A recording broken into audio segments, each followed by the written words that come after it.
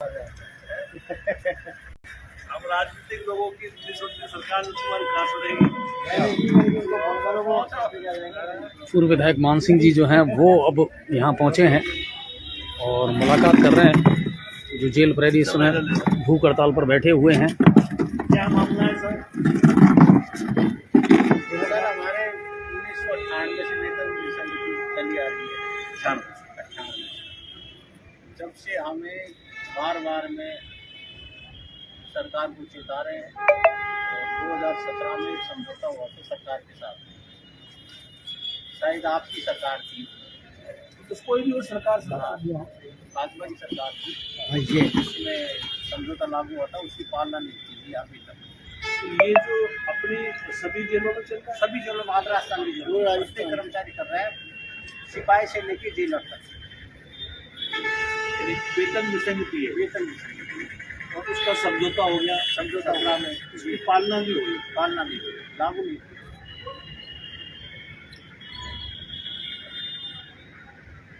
समझौते के लिए बजट वगैरह की इसकी आवश्यकता है या ऑलरेडी बजट हो चुका है? कुछ भी नहीं हुआ। इसका मतलब ये होगा बजट में लेना पड़ेगा, बजट में लेना पड़ेगा। बजट में लेने के लिए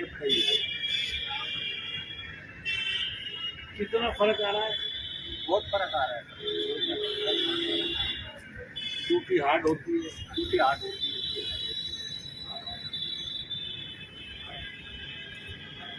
मदन मोहन जी,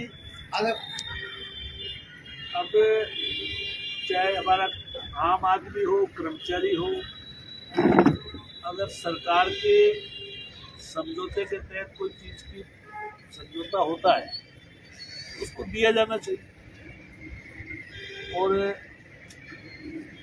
कर्मचारी को दो चीज, एक तो उसका कार्यालय और एक उसका जो वेतन भत्ते, वो ठीक से होता है तो आदमी मन से काम करता है। अगर उसकी कार्यप्रणाली की जगह ठीक नहीं है, उसके वेतन विसंगतियां हैं, तो एक समय पे आकर के आदमी मानसिक रूप से विकार हो जाता है। आज हमारे कर्मचारियों को धरने पे बैठना पड़े, और वो भी जेल जैसी संवेदनशील जगह पर, जो एक तरीके से 24 घंटे की ड्यूटी है, हमेशा सतर्क रहना पड़ता है। उन कर्मचारियों की मांगों को हमारा ये कहना है कि सरकार को मानना चाहिए, और सरकार ने अगर समझौता किया है उसकी पालना करनी चाहिए। इस मामले में कोई किंतु परंतु नहीं होना चाहिए। अगर कोई सब कमेटी में या कहीं कोई एग्जामिन मैटर हो रहा है तो एग्जामिन करा लो, लेकिन जब समझौता हुआ है तो निश्चित रूप से मैटर भी एग्जामिन हुआ है, लीगल राय भी ली गई होगी, सब कुछ हो चुका होगा। समझौता के लेवल पर उसकी पालना होनी चाहिए। अच्छा, ये तो पूरे प्रदेश भर में चल रहा है सर। आप देखिए, सारे ही कर्मचारी हैं कि साहब लिखित में समझौता, तो देखो इन्होंने बिजली विभाग के कर्मचारियों से भी किया है, अध्यापकों के साथ भी लिखित में समझौता किया है, पालना किसी की भी नहीं हो पा रही है। देखिए, मानवाधिकार आयोग ने एक रिपोर्ट दी थी, और 2013 में जब हम विधायक थे तो हमने इस बात को विधानसभा में उठाया कि सारी जेलें एक स्टैंडर्ड जो मापदंड है उसके हिसाब से होनी चाहिए। गंगापुर की जेल का भी उस समय हमने इसका तकमीना बना करके बजट स्वीकृत कराया था, ये भी पेंडिंग है। तो जो मैं कह रहा हूँ कि कार्यस्थल और वेतन भत्ते जो सरकार के नियमों में वो मिलने चाहिए। पूरे राजस्थान में जो आप कह रहे हो भारद्वाज जी, पूरे राजस्थान की समस्या निश्चित रूप से सरकार को सुननी चाहिए। समझौता अगर है तो उसकी पालना करनी चाहिए। भूख हड़ताल जैसी स्थिति पे आना हमारे लिए ठीक नहीं है। मैं इनसे भी कहूँगा कि ये सत्याग्रह का जो रास्ता है, ये अंतिम रास्ता है, और सरकार और मुख्यमंत्री इस हथियार के बल पे बहुत देश पे शासन कर चुके, लेकिन वो स्वयं ही नहीं मानते इसमें। तो कर्मचारी जहाँ सत्याग्रह पे बैठ रहे हो, वहाँ इससे बड़ी दयनीय स्थिति क्या हो सकती है। आज गंगापुर में गोसेवक जो जिस प्रकार से धरने पे बैठे हैं, मरने के कगार पे, आज 16 दिन हो गए, 16 दिन में उनकी सरकार नहीं सुन रही है। पूरा जिला बंद हो चुका। लोकतांत्रिक तरीके से हम कह रहे हैं।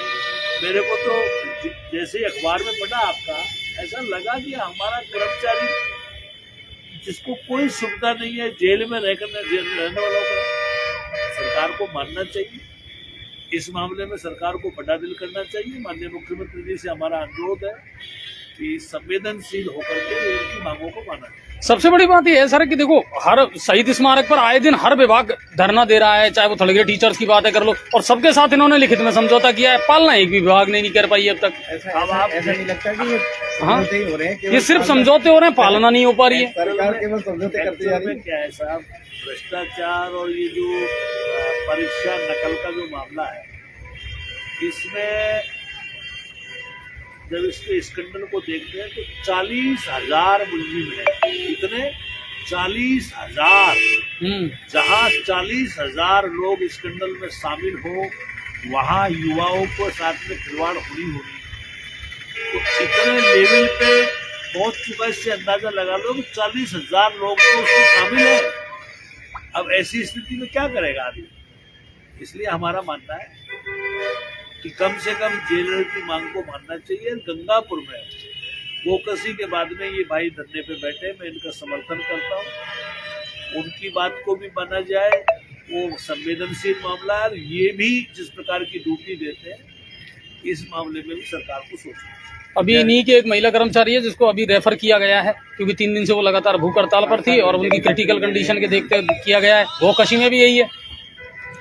दुर्भाग्य की बात है, अगर हमारा जिला कलेक्टर और हमारे प्रशासन के लोग इस रिपोर्ट को नहीं दे रहे हैं, तो मैं तो कहूँगा कि हमारा जिला कलेक्टर भी संवेदनहीन हो चुका है। और हमने तो सवाई माधोपुर में जब गंगापुर बंद था तब उनसे कहा है, और बड़े दुर्भाग्य की बात है कि सवाई माधोपुर का कलेक्टर ये कहता है, इसको आप स्पेशल तौर पर लें कि मेरी कार्य प्रणाली ये है कि मैं तभी जाता हूँ जहाँ कैजुअलिटी होती है, यानी आदमी मरता है जब जाता है, उससे पहले दौरा नहीं करता। ये और चीजें नींद नजर नहीं आती। दुर्भाग्य की बात है।